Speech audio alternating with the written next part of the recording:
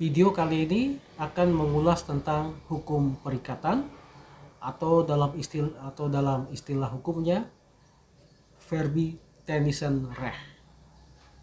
Apakah pengertian dari hukum perikatan? Hukum perikatan adalah hubungan hukum dalam lapangan hukum harta kekayaan antara dua orang atau lebih yang menimbulkan adanya hak pada satu pihak dan kewajiban pada pihak yang lain. Hukum perikatan diatur dalam buku ketiga dari KUH Perdata, yakni dalam pasal 1234 yang selengkapnya berbunyi demikian. Tiap-tiap perikatan adalah untuk memberikan sesuatu, untuk berbuat sesuatu, atau untuk tidak berbuat sesuatu. Dalam hukum, pihak yang bersangkutan itu biasanya disebut debitur, yaitu yang berhutang, yaitu yang diwajibkan mengadakan prestasi, dan pihak yang lain disebut kreditur atau pihak yang berpiutang atau pihak yang berhak menerima prestasi. Nah, perikatan itu mempunyai 3 unsur, yaitu yang pertama kewajiban. Ada kewajiban, yaitu pihak yang satu berkewajiban untuk melakukan prestasi atau berprestasi atau yang harus dipenuhi utangnya. Yang kedua, pertanggungjawaban. Jika piutang tidak dilunasi dengan sukarela, maka kreditur atau yang memberikan hutang dapat mempertanggungjawabkan harta benda debitur bila debitur itu tidak dapat memenuhi prestasinya. Dan unsur yang ketiga adalah adanya hak. Nah, klasifikasi perikatan apabila mengacu kepada rumusan sistematika buku ketiga KUH Perdata, maka perikatan dapat dibagi menjadi beberapa jenis, yaitu yang pertama, pembagian perikatan berdasarkan sumbernya. Contohnya sebagai berikut. A menjual sepeda kepada B, artinya A telah berjanji kepada B bahwa ia akan menjual sepeda kepada B, dan dari perjanjian itu timbul suatu hak dan kewajiban bagi kedua belah pihak, yakni A harus menyerahkan sepeda itu pada waktu yang telah ditentukan kepada B, sedang B berkewajiban membayar harga sepeda itu kepada A.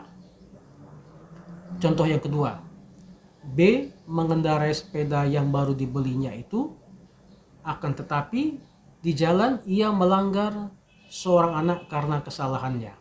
Akibatnya B diwajibkan membayar kerugian kepada ayah anak tadi, misalnya untuk mengganti kerugian biaya dokter. Kalau kita bandingkan contoh 1 dan 2, maka kita lihat bahwa dalam contoh 1 ada perikatan karena perjanjian. Sedangkan pada contoh 2 terjadi perikatan karena suatu kejadian yang menimbulkan kewajiban bagi pihak yang satu. Dalam hal ini, si B harus mengganti kerugian ongkos-ongkos dokter itu.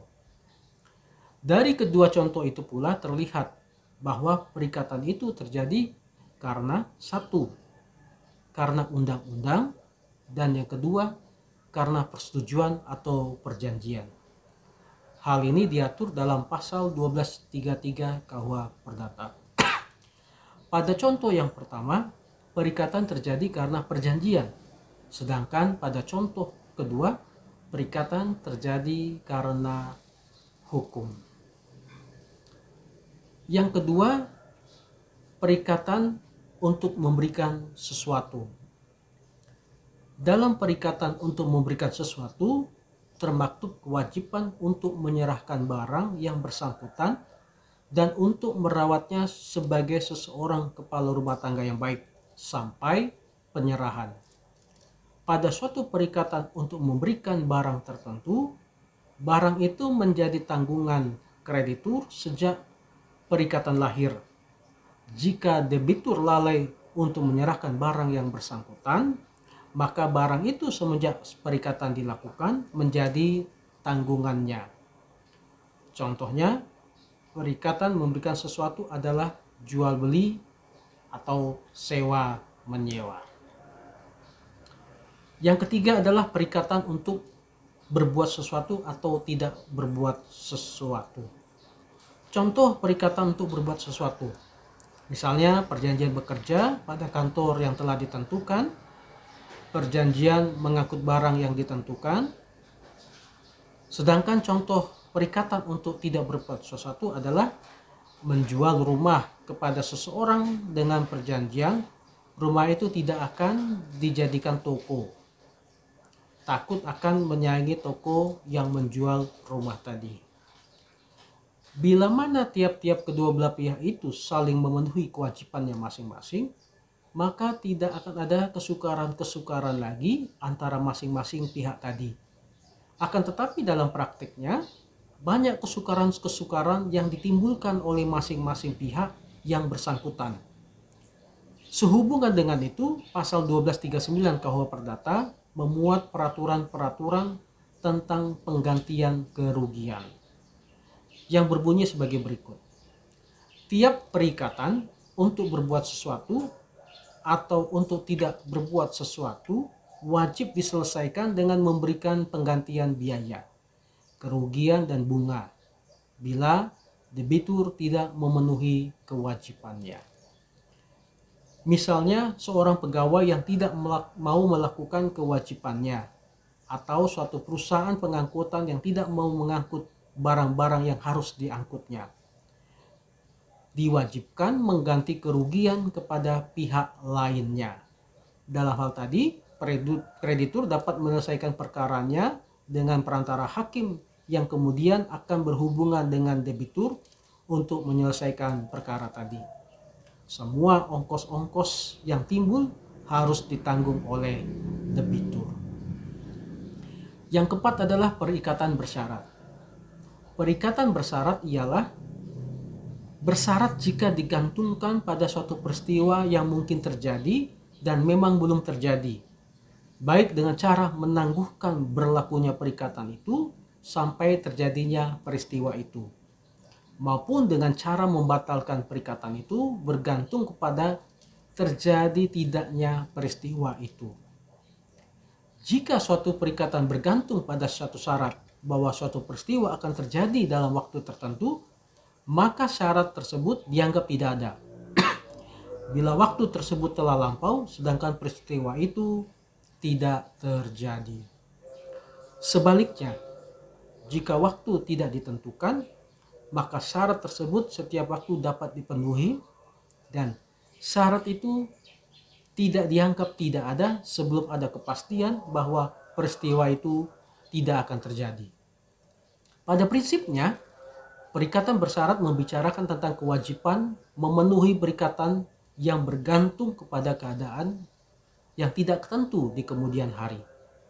Contohnya, A meminta dijaminkan untuk barang-barangnya kepada sebuah perusahaan yang mengurus soal itu, misalnya perusahaan asuransi. Bila barang-barangnya itu terbakar, dalam hal ini yang merupakan keadaan yang tidak tentu ialah saat barang-barangnya terbakar, maka perusahaan itu harus mengganti kerugian akibat barang-barang si A yang terbakar tadi. Yang kelima, perikatan dengan waktu yang ditetapkan. Waktu yang ditetapkan tidaklah menunda perikatan, melainkan hanya pelaksanaannya. Apa yang harus dibayar pada waktu ditentukan itu tidak dapat ditagih sebelum waktu itu tiba. Tetapi apa yang telah dibayar sebelum waktu itu tidak dapat diminta kembali. Yang keenam, perikatan dengan pilihan atau perikatan yang boleh dipilih oleh salah satu pihak. Perikatan ini disebut juga perikatan alternatif. Dalam perikatan ini, debitur atau orang yang mempunyai kewajiban atau orang yang seharusnya berinvestasi dalam perjanjian mempunyai kebebasan menyerahkan salah satu dari dua barang yang diserahkan dalam perikatan. Tetapi ia tidak dapat memaksa si kreditur untuk menerima sebagian dari barang yang satu dan menerima sebagian dari barang yang lain. Yang ketujuh, perikatan tanggung renteng atau perikatan tanggung-menanggung. Sumantri menjelaskan, tanggung renteng dalam dunia perkreditan adalah tanggung jawab bersama antara peminjam dan penjamin atas utang yang disepakati. Dijelaskan pula bahwa tanggung renteng ini merupakan menanggung bersama-sama atas biaya yang wajib dibayar dan sejenisnya. Penjelasan lainnya tentang tanggung renteng adalah menurut Suhari yang mengatakan tanggung renteng adalah tanggung jawab bersama setiap individu anggota atau kelompok untuk memenuhi kewajiban mereka secara bersamaan jika terdapat suatu masalah. Tiada perikatan yang dianggap sebagai perikatan tanggung renteng kecuali jika dinyatakan dengan tegas. Ketentuan ini hanya dikecualikan dalam hal suatu perikatan dianggap sebagai suatu perikatan tanggung-menanggung karena kekuatan penetapan undang-undang. Yang kedelapan, perikatan yang dapat dibagi-bagi dan perikatan yang tidak dapat dibagi-bagi. Suatu perikatan dapat dibagi-bagi atau tak dapat dibagi-bagi, sekedar pokok perikatan tersebut adalah suatu barang yang penyerahannya atau suatu perbuatan yang pelaksanaannya dapat dibagi-bagi atau tak dapat dibagi-bagi, baik secara nyata maupun secara tak nyata. Pengertian spesifiknya, peringatan yang dapat dibagi adalah perikatan di mana prestasinya dapat dipecah-pecah sedemikian rupa, sehingga masing-masing bagian berdiri sendiri tetapi tetap sebagian dari keseluruhannya. Jadi tetap menjadi bagian dari keseluruhannya. Sedangkan perikatan yang tidak dapat dibagi adalah perikatan di mana prestasinya tidak mungkin dipecah-pecah tanpa mengakibatkan nilai prestasinya menjadi lain. Yang kesembilan, perikatan karena perjanjian hukuman. Perikatan dengan perjanjian hukuman adalah perikatan yang menempatkan seseorang sebagai jaminan pelaksanaan suatu perikatan yang mewajibkannya melakukan sesuatu jika dia tidak melaksanakan hal itu.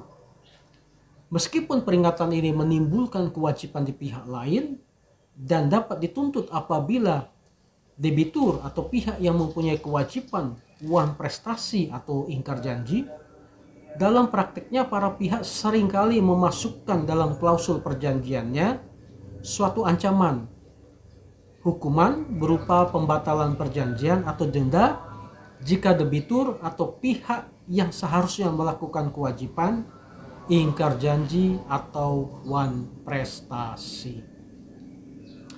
Dan yang terakhir adalah perikatan yang timbul karena persetujuan atau kontrak.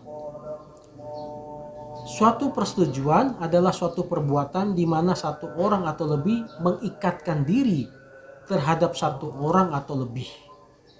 Pada umumnya, seseorang tidak dapat mengadakan perikatan atau perjanjian selain untuk dirinya sendiri. Perjanjian adalah suatu perbuatan seseorang atau beberapa orang yang mengadakan ikatan dengan seseorang atau beberapa orang lainnya. Perjanjian dapat dibuat dengan lisan atau dengan tulisan. Yang tulisan sering disebut dengan kontrak. Ya, mungkin kita sering mendengar kata-kata kontrak. Perjanjian dapat dikatakan sah bila mana memenuhi syarat-syarat yang ditentukan oleh undang-undang. Dalam hal ini, menurut pasal 1320 KUH Perdata, perjanjian itu sah apabila memenuhi syarat-syarat seperti di bawah ini. Yang pertama, harus ada persetujuan dari kedua pihak. Persetujuan harus timbul dari kemauan mereka sendiri. Tidak boleh dipenuhi oleh paksaan, muslihat, atau tipuan. Suatu perjanjian yang terjadi karena kelalaian atau terdesak oleh pihak yang satu, sehingga pihak yang lain terpaksa tunduk kepada syarat-syarat yang sangat berat dari pihak yang satu saja, maka perjanjian ini dapat dibatalkan. Pembatalan ini tidak berlaku bila mana sewaktu membuat persetujuan tadi, pihak yang dirugikan itu tidak bertindak dalam kelalaian atau keadaan sukar. Syarat yang kedua, kecakapan untuk membuat perjanjian. Dalam hal ini harus ada kepastian tentang kecakapan dari pihak-pihak yang membuat perjanjian. Kedua pihak harus mempunyai kecakapan untuk perjanjian. Yang ketiga, syarat yang ketiga, perjanjian harus mengandung barang sesuatu yang tertentu. Dalam hal ini, barang yang diperjanjikan atau pokok persoalan tertentu harus ditentukan, sehingga kekeliruan dengan barang yang lain dapat dihindarkan. Demikian pula, untuk barang-barang tetap harus dinyatakan letaknya atau lokasinya menurut surat atau sertifikat tanah. Sedang untuk barang-barang yang tidak tetap atau bergerak harus disebutkan banyaknya, macamnya, kualitasnya, atau keterangan-keterangan lain. Misalnya kalau itu berupa komoditas, misalnya kopi jenis apa, apakah robusta atau arabica. Kalau dia tambang misalnya timah dari apa, apakah timah dari Bangka dan sebagainya. Suatu perjanjian yang hanya menyebutkan kualitas barang itu dengan singkat saja, misalnya 1 kg kopi, tidak berlaku sah menurut undang-undang. Syarat yang keempat, perjanjian itu harus mengandung sebab yang diizinkan oleh undang-undang, atau istilahnya adalah sebab hal yang halal. Artinya, tidak boleh membuat perjanjian mengenai barang-barang yang dilarang oleh undang-undang atau bertentangan dengan kesopanan dan ketertiban umum. Perjanjian yang telah dibuat harus dipenuhi. Ia merupakan suatu undang-undang bagi kedua belah pihak. Bukan hanya isinya yang tersurat saja yang harus dipenuhi itu, akan tetapi dalam pelaksanaannya pun harus diingat pula undang-undang, kebiasaan, dan keadilan. Hanya dengan seizin kedua belah pihak, perjanjian dapat diubah. Undang-undang mengenal beberapa macam perjanjian yang sering kita temui sehari-hari. Misalnya ada perjanjian timbal balik atau sebelah menyebelah. Contohnya perjanjian jual beli, sebelah sewa menyewa, dan perjanjian sepihak. Contohnya si A memberi buku si B. Si B tidak usah memberi benda lain sebagai pengganti buku kepada A. Juga warisan termasuk dalam perjanjian sepihak. Nah, demikianlah ulasan singkat mengenai hukum perikatan. Semoga video ini memberikan manfaat bagi Anda yang mendengarkan. Bila Anda merasakan manfaatnya, silakan subscribe video ini dan berikan like. Serta jangan lupa tekan tombol lonceng atau notifikasi supaya Anda dapat pemberitahuan tentang video-video kami yang terbaru. Sekian dari kami, terima kasih.